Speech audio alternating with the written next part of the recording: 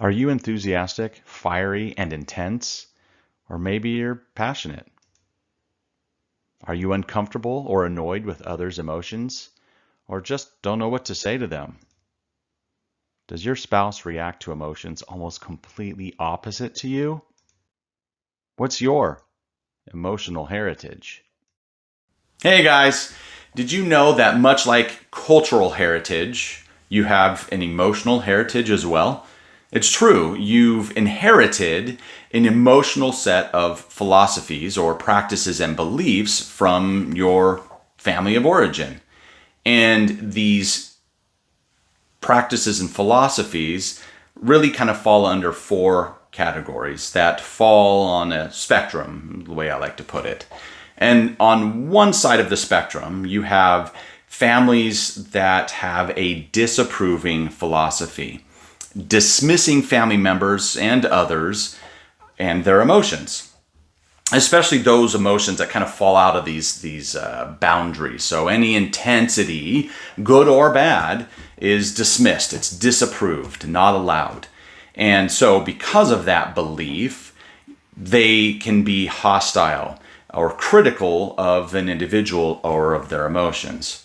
It's important to remember that family members that fall under the disapproving philosophy also tend to have a small emotional vocabulary, and they certainly struggle with awareness of their emotions.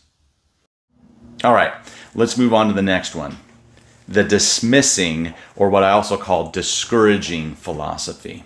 So families that fall under this also tend to keep their emotions hidden, especially the negative ones. So they may have a set of boundaries of emotions, much like the disapproving, but this may be a little broader than the disapproving. The key differences here between the disapproving and the dismissing or discouraging is that family members don't tend to have much mentoring in how to handle their emotions. They don't get a lot of help. So they tend to have a limited emotional vocabulary, and oftentimes, because they try to keep those emotions hidden, is that they're handling or coping with their emotions on their own. All right, let's move on to the next one. And this one would be the best, the one that we should all work toward. It's called the coaching, or what I call the encouraging philosophy. So in this, families accept the expression of all feelings: anger, sadness, fear, happiness, joy. And the difference with this one is that it is an encouraging. So this is where mentoring goes on, where families help each other cope during difficult feelings. These families have a better understanding of themselves, their emotions, what to do with them, and have a broad emotional vocabulary. All right, the last one, this end of the spectrum. It's called the laissez-faire, or what I call the approving emotional philosophy. So what this is that family members approve or accept all emotions, intensities, any type. It's kind of like the everything goes type of philosophy. So in this, family members don't do much to help. There's no mentoring or coaching. It's just emotions are emotions. So these family members, they may have an emotional vocabulary. I'm not going to say it's as broad as the coaching. It certainly isn't.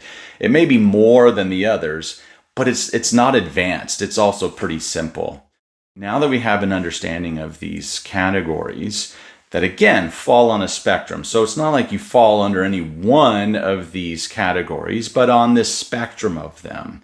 What we can do with that then is see where others, especially as we start to blend families and these heritages, is learn and understand how to communicate with each other due to these emotional heritages. It's just a greater awareness of ourselves, but hopefully learn how to better encourage our families as they grow and interact. So again, thank you very much. Like and subscribe.